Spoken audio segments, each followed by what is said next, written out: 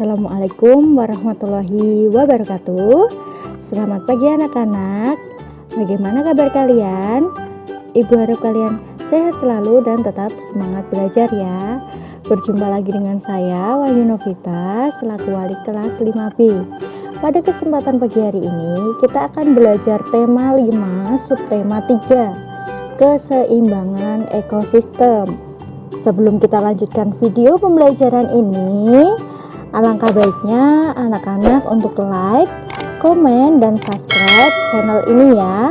Dan jangan lupa kalian siapkan juga buku LKS, buku tugas, dan alat tulis kalian. Simak video berikut sampai selesai.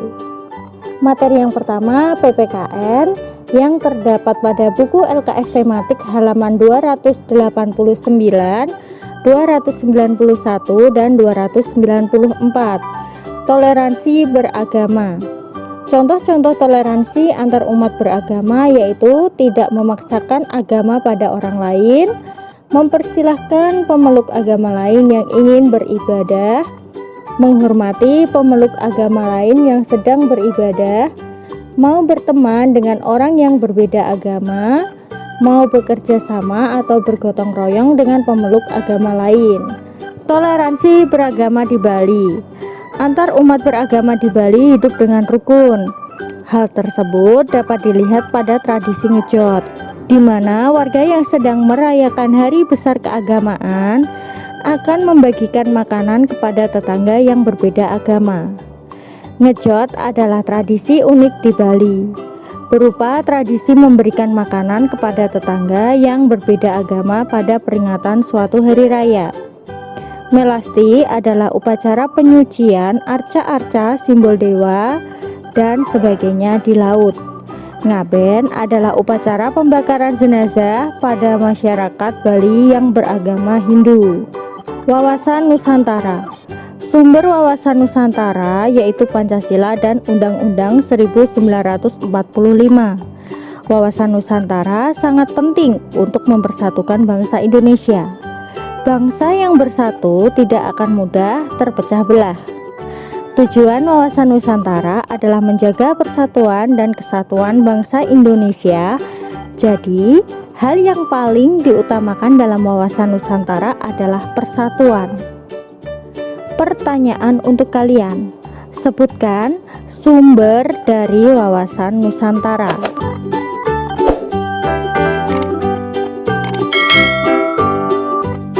Materi bahasa Indonesia yang terdapat pada LKS tematik halaman 286, 287, 288, 290, 292, dan 293.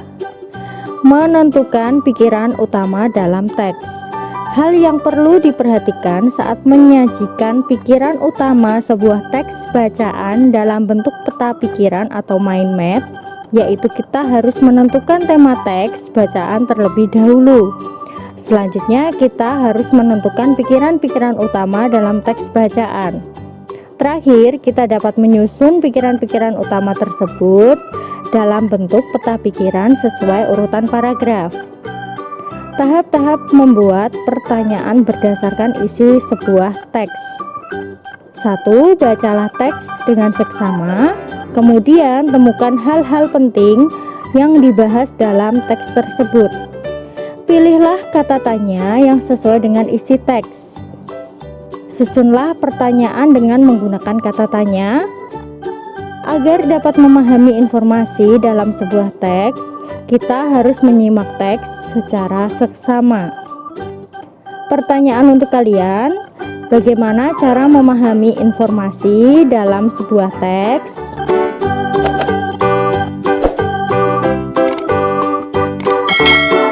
Materi selanjutnya yaitu IPA yang terdapat pada buku LKS tematik halaman 286, 287, 292, dan 293.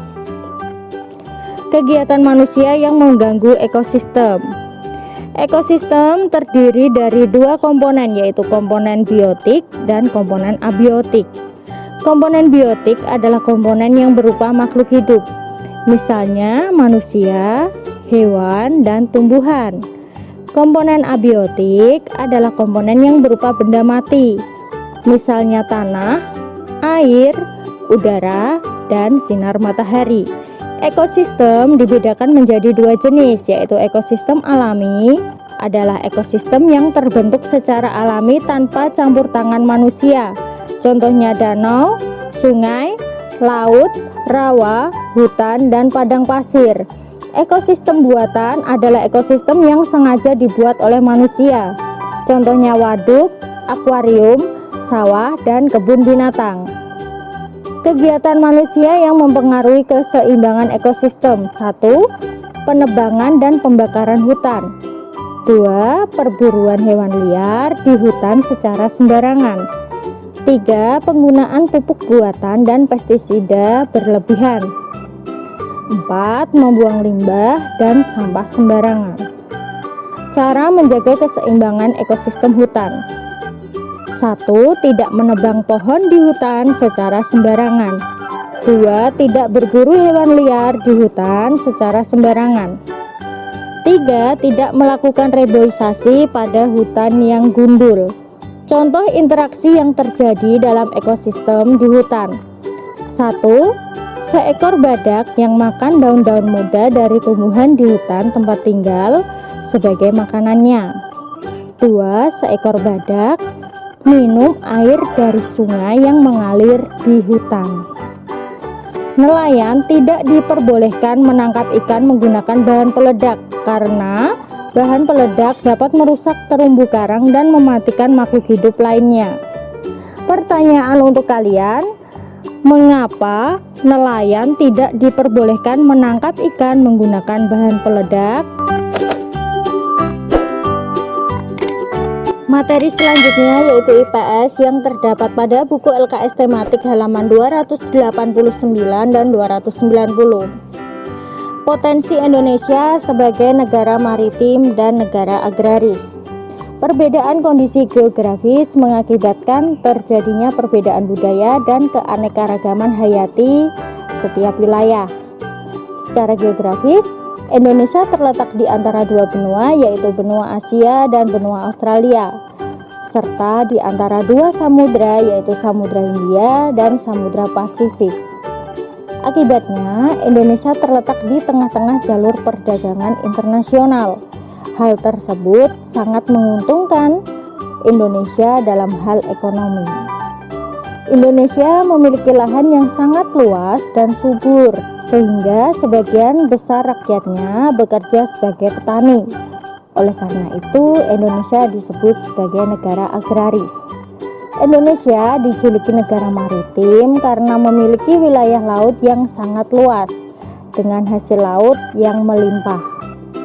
Bentuk wilayah Indonesia yang berupa kepulauan memiliki pengaruh yang besar terhadap keragaman ketambakan alamnya. Dua tempat yang memiliki letak geografis berbeda cenderung memiliki budaya yang berbeda, karena kehidupan manusia cenderung menyesuaikan dengan kondisi lingkungan sekitarnya. Sehingga keadaan alam berbeda akan menghasilkan budaya yang berbeda.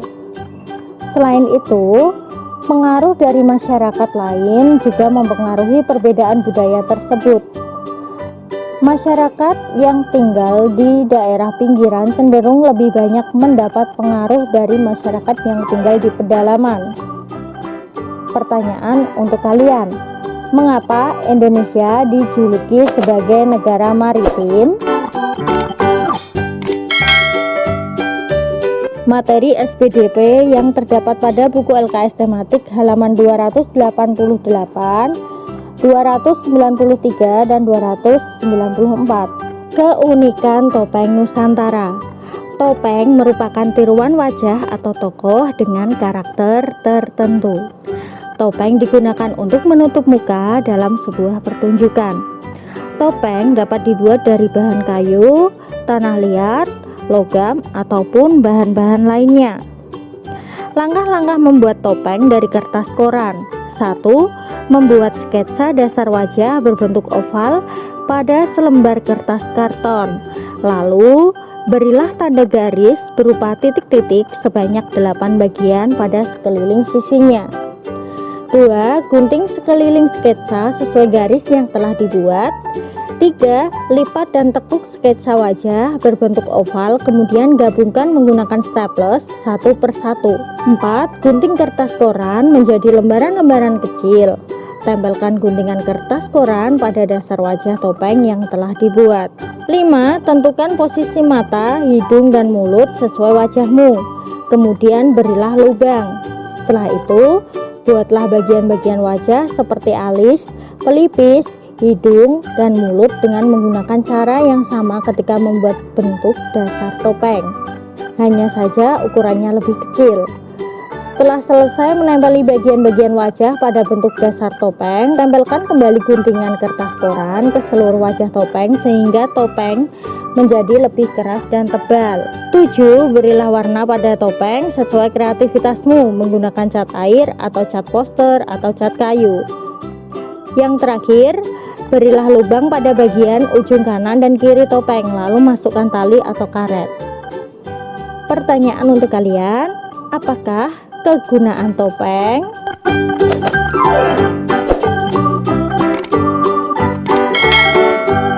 Tulislah pertanyaan-pertanyaan tersebut di buku tugasmu, kemudian jangan lupa dijawab. Batas pengumpulannya sore ini jam 4 sore. Cukup sekian pembelajaran dari Ibu, sampai jumpa di pembelajaran daring berikutnya. Wassalamualaikum warahmatullahi wabarakatuh.